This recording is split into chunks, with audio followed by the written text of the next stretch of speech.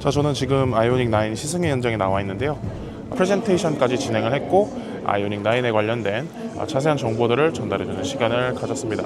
자, 조금 있다가는 밖으로 나가서 직접 아이오닉 9을 운전을 해보고 시승해보는 시간을 가져가 보도록 하겠습니다. 지금 선셋 브라운 펄이 적용된 아이오닉 9 캘리그라피 모델인데요. 이게 확실히 아이오닉 9은 제가 신차 발표 현장에서 봤을 때는 약간 애매하다라는 느낌이 있었는데 오히려 실내에서 봐야 의도된 느낌이라고 할까요? 그런 부분들이 더 잘 살아나는 것 같습니다. 디자인 같은 경우에는 제가 신차 발표 때 설명드렸던 부분들을 참고해 주시면 좋을 것 같고요. 이번 아이오닉 9 디자인 같은 경우에는 에어로스태틱 실루엣을 최초로 적용한 차량이라고 합니다. 0.259 CD 정도의 공기 저항 개수를 달성을 했고요. 그렇기 때문에 이렇게 전장이 5m가 넘어가는 SUV임에도 전기차를 위해서 이런 공력 성능을 최대한 끌어올려서 주행거리 같은 경우에도 항속형 모델 기준 500km 이상 가는 110kWc 배터리가 탑재가 되어 있고요. 차량 크기 같은 경우에는 높이가 1.8m 정도 되고 그리고 전폭이 2m 가까이 되는 차량입니다.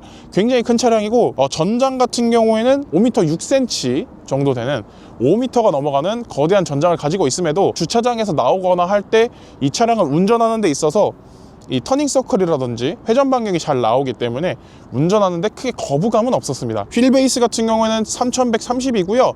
그렇기 때문에 1, 2열에서의 공간이 굉장히 광활하고 또 어느 정도 2열을 조절해서 앉는다면 3열까지도 충분히 앉을 수 있는, 외관 같은 경우에는 파라메트릭 픽셀 램프가 곳곳에 적용이 되어 있습니다. 그래서 전면부 같은 경우에는 현재 DRL 상태로는 중앙 부분은 점등이 되지 않고 바깥쪽만 점등이 되는 부분 확인할 수 있고요. 그리고 아래쪽에도 픽셀 램프 디자인의 헤드램프가 적용이 되어 있고 이 안쪽에 있는 이 점들에도 다 램프가 들어옵니다. 앞쪽에 플랩이 적용이 되어 있는데요. 듀얼 모션 플랩이라고 해가지고 이중으로 모션이 적용이 된다고 합니다. 그래서 이 엔진룸으로 유입되는 공기의 흐름을 좀 더 개선시킬 수 있었다라고 얘기를 했고요. 이번에 개선된 전자식 사이드미러가 적용이 되었습니다. 그렇기 때문에 이 부분에 있어서도 보시면은 아이오닉 5나 아이오닉 6에 적용됐던 거에 비해서 크기가 많이 줄었죠. 그렇기 때문에 이 부분에 있어서도 공력 성능을 많이 향상시킬 수 있었다고 합니다. 그리고 뒤쪽으로 오시면은 전반적으로 차체 형상 자체가 앞쪽에서 확 높았다가 뒤쪽으로 쭉 떨어지는 이 보트 테일 디자인을 적용을 했습니다. 차체가 큼에도 불구하고 굉장히 유연하게 빠지는 실루엣을 갖고 있고요. EV9보다 차체가 큼에도 불구하고 그냥 눈으로 봤을 때, 눈대중으로 봤을 때는 EV9보다 작지 않나 라는 생각이 들 정도로 실루엣이 굉장히 둥글둥글하고 유연하게 빠져 있기 때문에 그럼에도 불구하고 공간적으로 봤을 때 EV9과 큰 차이가 없거나 조금 더 좋은 부분들이 있을 수 있습니다.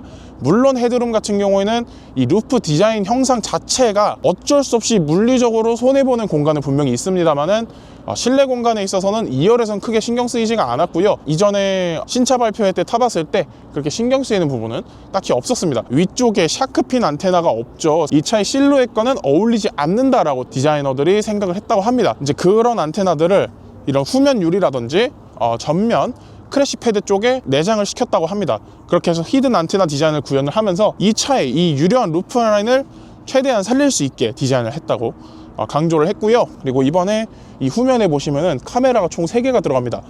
빌트인 캠, 후방 카메라, 그리고 디지털 룸미러까지 이렇게 카메라가 3개가 적용이 되는데 카메라들이 더러워졌을 때 청소를 위한 워셔액 기능까지 최초로 탑재된 차량이고요. 그렇기 때문에 이런 특히 겨울철에 있어서 후방 카메라가 막 눈이 튀어서 더러워진다든지 하는 경우가 있는데 그런 부분들에 있어서 개선이 된 점, 그리고 이 휠 같은 경우에도 좀 강조를 해서 설명했던 부분이 보통 멀티스포크 타입은 이 휠 형상 자체가 구멍이 많을 수밖에 없기 때문에 아무래도 공력 성능에 있어서 손실을 보는 부분이 분명히 존재를 하는데요. 이번 아이오닉 9 같은 경우에는 이쪽에 보시면은 좀 막혀 있죠. 이런 부분들을 적용을 해서 멀티스포크 타입의 고급스러운 느낌과 그리고 공력 성능도 최대한 끌어올렸다고 설명을 했습니다. 타이어 같은 경우는 여기 보시면 285, 45, 21인치가 들어가 있고요. 전륜도 마찬가지로 285, 45, 21인치가 들어가 있습니다. 근데 이 차체가 굉장히 크기 때문에 분명히 휠이 21인치고 한데 생각보다 그렇게 커 보이진 않아요. 285 사이즈면은 타이어 폭이 굉장히 넓기 때문에 타이어 값도 만만치 않을 거다라고 생각은 됩니다. 그리고 마지막으로 설명드릴 부분은 팬더의 이런 부분들인데요. 이 부분이 굉장히 좀 특징적이죠. 일단 이 차체를 보시면은 차가 굉장히 높습니다. 어쨌든 SUV 때문에 최대한 뭐 후드를 낮추고 이런다고 해도 이 차의 물리적인 두께는 상쇄를 할 수가 없어요. 그렇기 때문에 디자인적으로 단을 나눕니다. 이쪽에도 단을 나누고 여기도 단을 나누고 이 부분도 나누고 하면서 이 모델은 캘리그라피이기 때문에 이쪽에 다 바디 컬러로 처리가 되어 있는 모습 보실 수 있고, 프레스티지 트림 같은 경우는 여기가 블랙으로 되고 그 다음에 이 부분은 바디 컬러로 적용이 됩니다. 이 차량을 사이드에서 봤을 때 이 차량의 무게감을 상대적으로 줄여주는 포인트라고 볼 수 있고요. 그럼에도 불구하고 캘리그라피 트림 같은 경우에는 바디 컬러로 되어 있는데 저는 요거는 무거워 보인다라는 생각이 들기 때문에 이 부분이 블랙으로 되기 위해서 여기가 파팅 라인이 들어가 있는데, 이 파팅 라인이 개인적으로 저는 좀 지저분해 보인다라고 생각을 해요. 이 부분이 블랙으로 되어 있는 프레스티지 모델이 저는 개인적으로 외관에서는 좀 더 마음에 듭니다. 보통 이제 다른 차량들의 캐릭터 라인 같은 경우에는 옆면에 줄이 한 줄로 흘러가는 캐릭터 라인을 많이 씁니다. 근데 이 차량 같은 경우는 좀 특징적으로 안쪽으로 한번 꺾이고 바깥으로 한번 꺾이는 면이 적용이 되어서 마치 두 줄로 된 캐릭터 라인이 적용된 것처럼 되어 있는데요. 원래 이게 한 줄로 되어 있었다면 좀 심심할 수도 있었을 텐데 이런 식으로 적용이 되었기 때문에 이 차량만의 좀 특징적인 말 그대로 캐릭터를 살려주는 캐릭터 라인이 적용이 됐다라고 저는 생각을 하고요. 또 이런 부분에서도 마감을 잡는 부분이 쉽지 않았을 텐데 이런 것도 다 깔끔하게 마감을 잡아낸 모습 보실 수 있고, 이런 도장 품질들이 꽤나 좋습니다.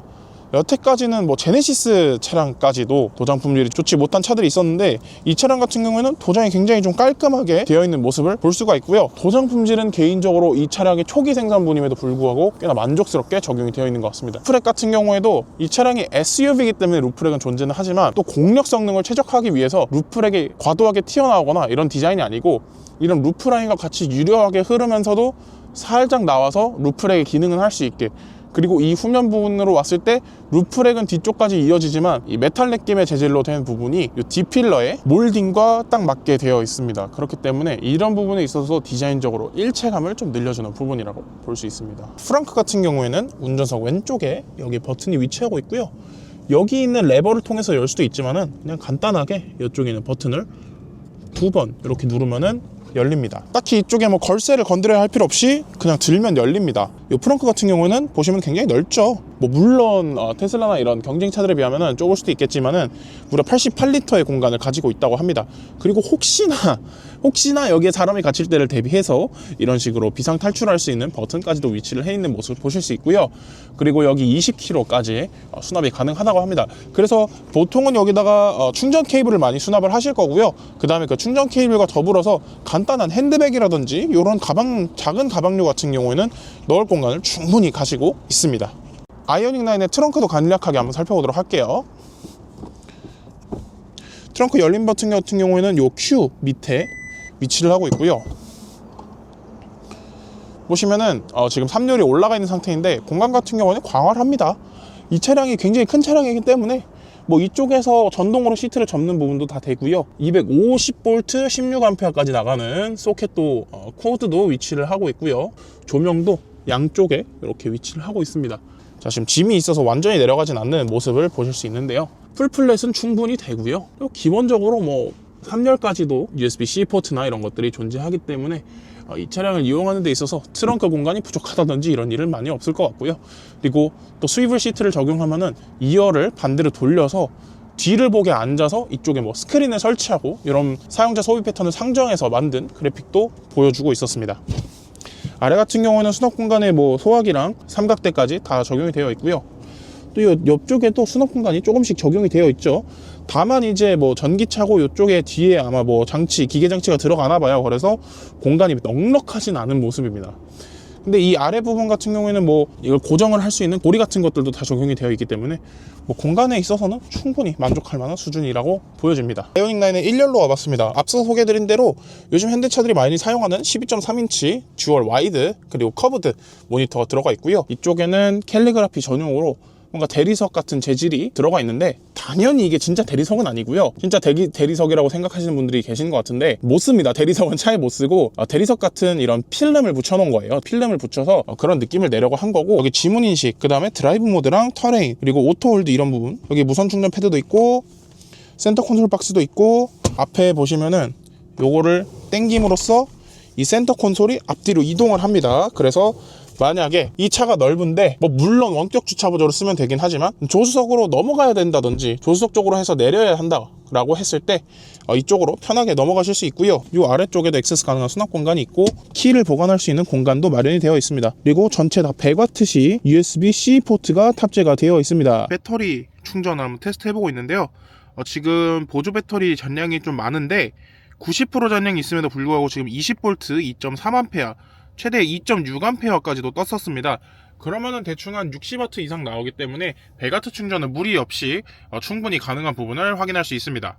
공조자층 같은 경우에는 노브와 터치가 공존하는 방향으로 되어 있고, 그리고 이쪽에는 버튼으로 해서 내비게이션과 관련된 메뉴들을 조작할 수 있습니다. 이 부분은 터치가 아닌 게 저는 오히려 낫더라고요. 시동 버튼은 이쪽으로 옮겨왔고 컬럼식 기어 시프트도 적용이 되어 있습니다. 그리고 주행 가는 거리 같은 경우에는 지금 65%가 남아있는데 295km, 296km 주행할 수 있다고 되어 있고요. EV 경로 플래너라는 기능이 새로 생겼는데요. 이 기능을 사용하면은 내비게이션과 연동을 해서 충전소 도착 시 최소 배터리량을 설정하고, 또 목적지 도착 시에도 최소 배터리량을 설정을 해서 제가 원하는 배터리량을 남겨두고 목적지까지 경로 안내를 할 수 있도록 최적화해주는 기능이 또 들어갔습니다. 여기 보시면 액티브 사운드 디자인도 설정을 하실 수가 있고요.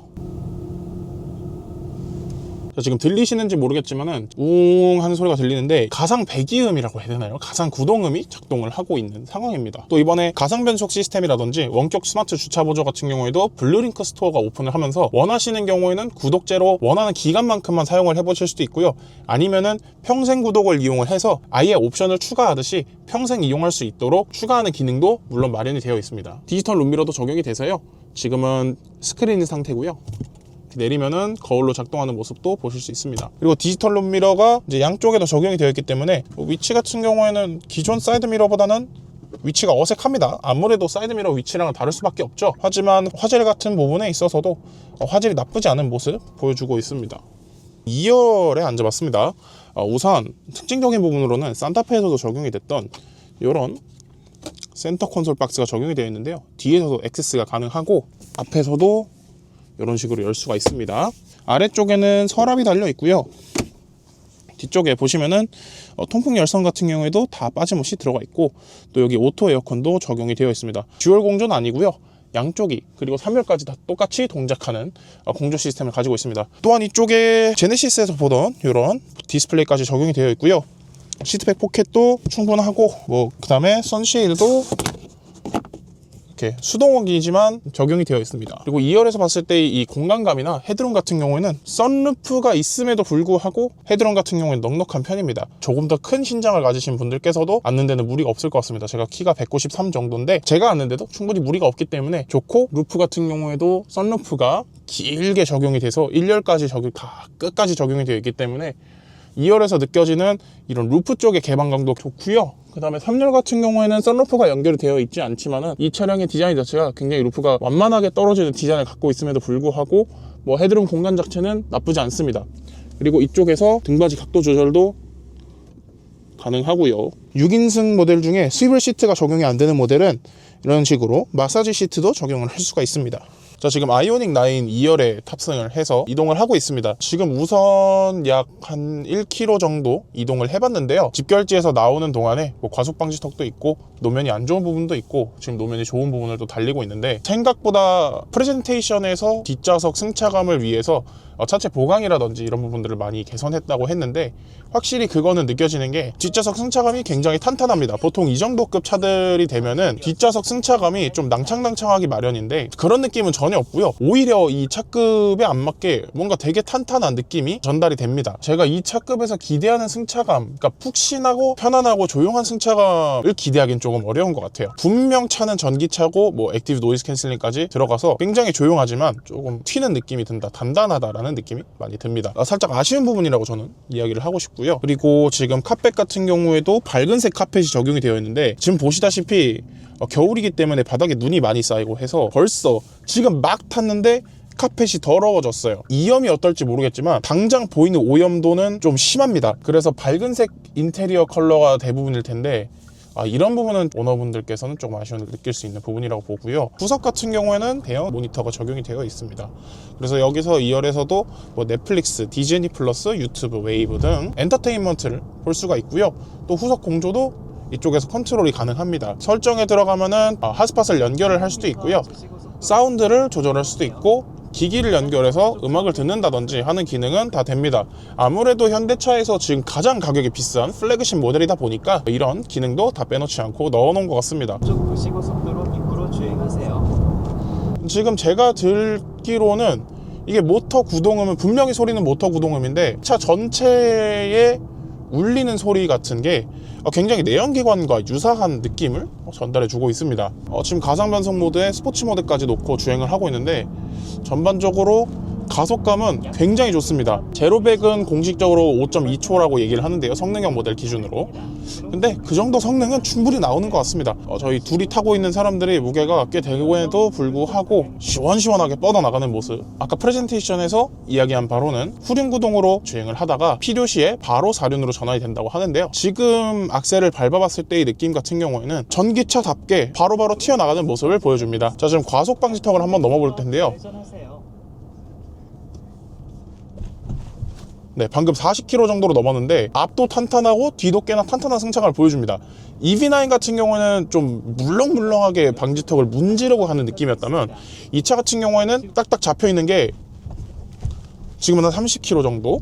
근데 승차감이 딱 잡혀서 추가 동작 없이 막 울렁거리는 느낌 없이 딱 잡아주는 게 그 느낌이 굉장히 좋습니다. 운전하는 입장에서는 굉장히 좋을 것 같고요, 2열에서는 뭐 살짝 불편할 수도 있다, 뭐 그렇게 느껴지긴 합니다. 자, 지금 고속도로에서 아이오닉 9 주행을 하고 있는데요, 한번 오디오를 주행 중에 한번 들어보도록 하겠습니다. 여기 보스 센터 포인트라는 기능이 있는데 이 기능도 한번 켜줄게요.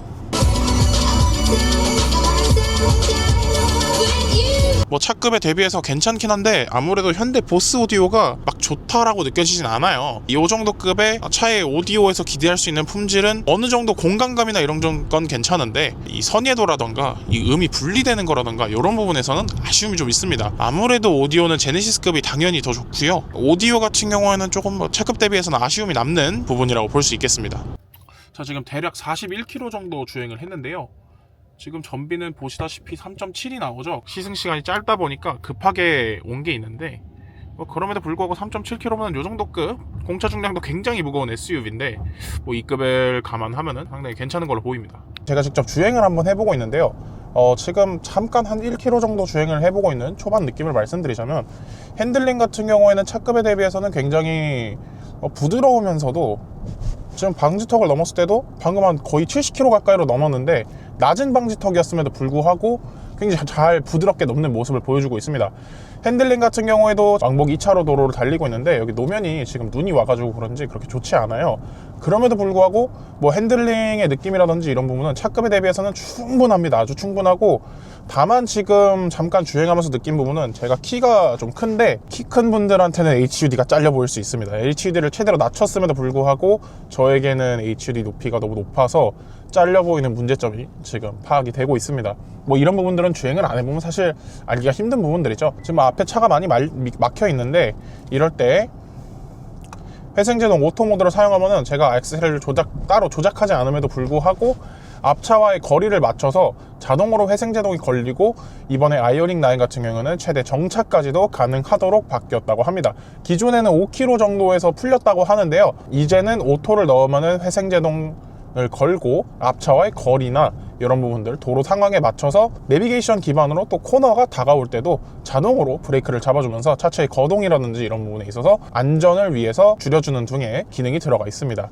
그래서 이 회생제동 오토 같은 경우에 제가 EV6를 시승하거나 또 다른 EV3 이런 차량들을 시승할 때도 느꼈지만은 이 오토 회생제동이 생각보다 굉장히 편합니다. 원페달 드라이빙도 편한데 이 기존의 원페달 드라이빙 같은 경우에는 제가 악셀을 조작함에 있어서 좀 멀미가 날 정도로 회생제동이 꽉꽉 잡혔거든요. 근데 이거는 앞차와의 거리를 감지해서 거의 뭐 반절 주행처럼 거리를 맞춰주다 보니까 제가 뭐 악셀을 천천히 떼가지고 요런 제동의 정도를 조정한다든지 이럴 필요 없이 자연스럽게 모션을 만들어주기 때문에 이 부분은 원페달 드라이빙에 있어서는 굉장히 편하고 유용한 기능이라고 생각이 됩니다. 이런 과속 방지턱이 지금 제가 브레이크를 안 밟았어요. 앞차가 브레이크를 밟았고 저는 브레이크를 전혀 밟지 않았고 악셀만 뗐습니다. 그럼에도 불구하고 앞차와의 거리를 맞춰서 이 차량이 알아서 제동을 걸어줬어요. 그런 부분들은 이 전기차를 편하게 운행하는 데 있어서 굉장히 도움이 되는 기능이라고 저는 생각을 합니다. 지금 보시면은 제가 페달에 발을 안 대고 있습니다. 근데 앞차가 멈출 거예요. 앞에 차량들이 멈추죠. 저는 지금 발 아무것도 안 하고 있습니다. 아무것도 안 하고 있는데 천천히 정차를 합니다. 천천히. 그냥 일반 운전자가 정차하듯이 서서히 정차하는데, 심지어 마지막 동작은 이 기계가 정밀하게 컨트롤하는 것답게 굉장히 좀 이질감 없이 자연스럽게 멈춰요. 지금 전 아무것도 안 하고 있거든요. 아무것도 안 하고 있는데 자동으로 씁니다. 그러니까 이런 부분들이 운전하는 편의성에 있어가지고 굉장히 많은 도움을 줘요. 앞차랑 거리 조절을 하겠다고 막 악셀을 밟았다 뗐다 할 필요 없이, 그냥 이 차가 알아서 다 조절을 해주고, 브레이크도 막 밟았다 뗐다 할 필요 없이 그냥 차가 알아서 다 해줍니다. 지금 이런 기술들은 사실 자율주행차로 넘어가기에 앞서서 과도기적인 기술이라고 볼 수 있어요. 하지만 지금 당장 우리가 주행을 하는 데 있어서는 굉장히 주행 편의성을 높여주는 기능이다, 그렇게 볼 수 있습니다. 경강로를 계속 주행을 하고 있는데요. 시승 코스다 보니까 국도길을 주행을 하고 있는데, 지금 뭐 중간중간 살짝 속도를 내보기도 하고, 이런 식으로 코너를 돌아감에 있어서도 분명히 이 차의 무게는 느껴집니다. 다만 차급에 대비해서는 거동이라든지 이런 부분들이 굉장히 스포티해요. 나름대로. 물론 이 차가 스포티하다는 건 아닙니다. 근데 이 차량의 무게나 뭐 등치나 이 차량의 목적을 생각해 봤을 때는 분명히 거동이 좋은 차는 맞습니다. 굉장히 뭐 낭창낭창함은 전혀 없고요. 오히려 탄탄한 승차감을 가지고 있는데, 이번에 강조한 부분 중에 하나가 2, 3열 승차감을 위해서 뒤쪽에 뭐 샤시의 강성 보강이라든지, 그 다음에 뭐 스토퍼의 길이를 늘려서 승차감에 관련된 보강을 굉장히 많이 했다고 얘기를 했는데요. 확실히 그 부분은 제가 이 차량을 직접 주행을 하면서도 뭐 고속주행도 해보고 지금 일상주행도 하면서 굉장히 체감이 잘 되는 부분입니다. 차급 대비해서 이게 지금도 범프를 넘으면은 분명히 출렁하면서 승차감을 받아주는데 바로 자세가 잡혀요. 그냥 출렁하고 딱 잡히니까 너무 안정감이 좋습니다. 이게 자세가 방금도 범프를 넘을 때 요렇게 됩니다. 보통 EV9 제가 탔을 때 같은 경우에는 이렇게 넘고 한 번 더 출렁이는 게 있었는데, 이 차량 같은 경우에는 쭉 넘고 쭉 쳐진 다음에 딱 요게 끝입니다. 그래서 굉장히 뭐 고속주행을 한다든지 뭐 좀 완만한 코너를 돈다든지 이럴 때도 굉장히 안정감 좋게 주행을 할 수 있고요. 그 다음에 뭐 가장 플래그십 모델답게 뭐 정전식 스티어링 휠이라든지 HDA라든지 뭐 이런 부분들은 다 빠짐없이 들어가 있고, 주행 편의 장치는 뭐 넘쳐납니다. 현대차가 의뢰 그렇듯 뭐 주행 편의 장치는 넘쳐나기 때문에 이런 부분들은 뭐 따로 말씀드릴 필요는 없을 것 같고요. 전반적으로 이 아이오닉 9의 주행 질감을 보자면은 EV9보다는 좀 더 젊은 취향에 맞춰졌다라고 봐주면 좋을 것 같습니다. 전반적으로 단단하고 좀 탄탄하고, 단단까지는 아니고요, 탄탄하고 그러면서 어느 정도 승차감도 챙긴, 하지만 탄탄 쪽에 더 가깝습니다. EV9이 승차감 쪽에 좀 더 가까운 것 같고요. EV9은 만약에 그 세팅에서 조금만 더 간다면 낭창하다라는 느낌이 들 수도 있을 것 같아요. 다만 지금 시승 차량 같은 경우에는 권장 공기압보다는 조금 더 들어가 있는 상태로 보이고요. 공기압은 지금 4바퀴 다 42 정도로 주입이 되어 있습니다. 공기압과 그 다음에 이 지금 휠이 21인치인데 21인치 휠은 상대적으로 좀 과할 것 같고요. 좀 한 사이즈 작은 휠, 그러니까 프레스티지 모델 정도의 휠 사이즈 정도라면은 뭐 승차감에서도 충분히 만족감을 느끼실 수 있을 거라고 보여집니다. 자, 지금 전비를 보여드리면요, 지금 주행 가는 거리는 216, 17 이 정도에서 왔다 갔다 하고 있고요. 그 다음에 맥스는 진짜 최대로 뽑아먹으면 311km, 최소는 140km까지 간다고 이런 식으로 적혀 있습니다. 49% 남았고요. 아까 배터리 전량 65%일 때 약간 50km 가까이 탔는데, 뭐 주행한 특성을 뭐 좀 스포티하게 주행한 거 치고는 많이 안 다른 것 같습니다. 이 정도면은 뭐 전비는 지금 뭐 적당히 주행했을 때 5km 정도 나오고 있고요. 퇴근길 올림픽대로를 주행을 하고 있습니다. 일단 전반적인 차량의 느낌을 말씀드리면요, 지금 HDA도 뭐 잘 작동하고 있고요. 뭐 정전식으로 이제 다 들어가 있기 때문에 주행하는 편의도에 있어서는 그냥 더할 나위는 없습니다. 뭐 사실 요즘 많은 분들이 말씀을 하세요. 댓글로도 그렇고 걱정은 해야 될 겁니다. 중국 차들이 많이 올라오고 있어요. 현대기아 차가 미국이나 유럽의 업체들을 어느 정도 빠른 시간 안에 따라잡은 것처럼 그런 부분들은 좀 이제 견제를 해야 될 필요는 있을 거고, 이 차량 같은 경우에는 제가 주행을 해보면서도 느껴지는 부분이지만 주행 완성도가 상당히 좋습니다.